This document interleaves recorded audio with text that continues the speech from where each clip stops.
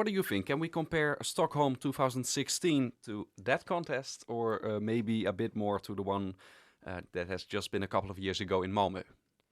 Well, it's Or always... neither? I don't know. It's difficult to compare, I think, the contests from nowadays to before, when you didn't have semifinals, first of all. That's only since 2004.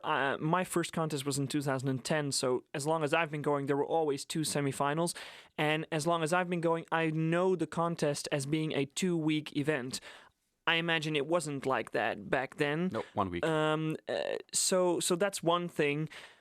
Comparing to Malmö 2013, of course it's a different city, it's a different vibe. Malmö it's almost not even a city. It's like, it has this cozy smallness. I imagine, I've never been to Stockholm, but I will go there, and I imagine it will be a bigger city, so more of it has a different vibe.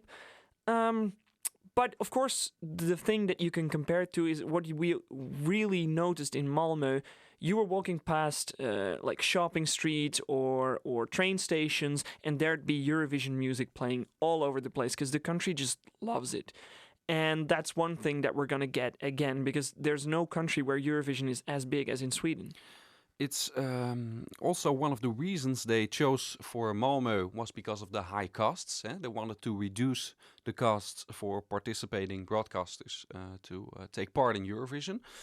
Stockholm is a more expensive city. Will the Swedish broadcasters still stay on that line of reducing the costs for everybody? Well, there's 2 sides to that. First of all, reducing the cost is not just for participating broadcasters, but also for the production of the contest itself. There was a news outbreak today in Dagens Nyheter, in a Swedish newspaper, where they were talking about that, and they basically set a limit and said that, okay, the contest in Malmö cost this much money, and for Stockholm we're not exceeding that limit, so we're going to stick to that. So that's one thing. When it comes to participating broadcasters, of course, we've seen countries withdraw for that reason. And yes, I can imagine hotel costs and stuff like that being more expensive in Stockholm.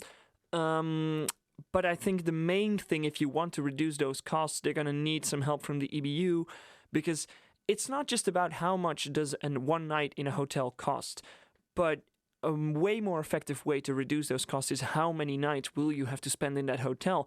We've been talking to Sietse Bakker before during the previous season, and he already said that for some countries, the allocation draw is so important just because if you draw in the second half of the second semifinal compared to the first half of the first semifinal, that saves you 3 days, rehearsal days, that you don't have to be there, in 3 days that you don't have to pay for a hotel for I don't know how many people in your delegation. So, yeah, I mean, it might be that the Swedes are going to aim for maybe if they really want to draw more broadcasters, they might aim for a shorter rehearsal schedule.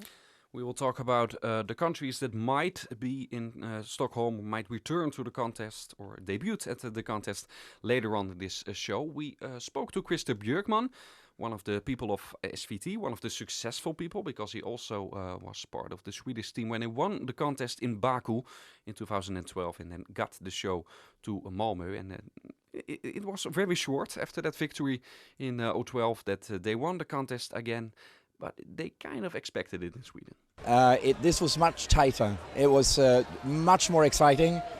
And it took much longer till I actually realized that we were about to win. And I finally could tell him, you are going to win. But it's amazing. I mean, I dreamed all my life of winning one. And now, 3 years later, winning the second for my country, it's so unbelievable. When we get lucky, we find one of these songs that is a bit different, and we can stage it. I mean, we do stage 28 songs every year, so we try hard, and we love to do it. I mean, we love this competition. We take it so seriously. Now we are this close to tying with Ireland, and since the latest one counts more than the latter ones, we would be number one if we get another one. So that is definitely a goal. The Swedes really want to do a back-to-back win in Stockholm. Well, yeah, I mean, there's no doubt about it. Yeah, that would be interesting. Of course, it depends on who you talk to, because this is Christer Björkman. He has a very different function. He, of course, I mean, I can expect this rather from him than, for example, when I get back to the newspaper article that I was referring to earlier. You saw Martin Österdahl, who was doing the production, executive producer of the show. He was actually talking about trying to increase other countries' chances. And he said that he wanted to maybe change the time. I don't know if you saw that, the broadcast time of the competition to an earlier time slot, because it would be better for Eastern European countries. So everybody in Sweden has a different function. But like I said before, this country's crazy about Eurovision, and they're not going to stop. Even at 7 victories, they won't stop, because they have a competition every year that is so strong with so many of their biggest artists. They have so many composers. They have a culture of music. They have a culture of Eurovision, and they're going to aim for the best every year. But they're into it like it's some kind of sport, like a sporting event. Yeah, but it is, and they're very good at it. And I mean, this is a competition, and it has so many similarities to other kinds of sports.